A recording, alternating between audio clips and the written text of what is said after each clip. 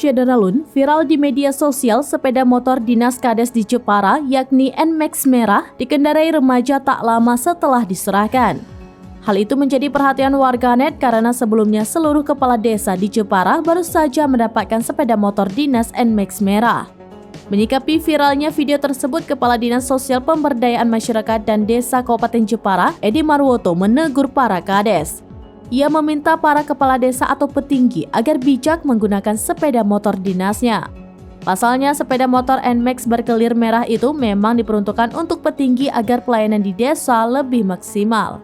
Pesan itu ia sampaikan usai video sepeda motor dinas petinggi Rengging, Kecamatan Pecangaan, dikendarai 3 anak muda viral di media sosial. 1 dari 3 orang itu merupakan anaknya petinggi, mereka semua tidak menggunakan helm.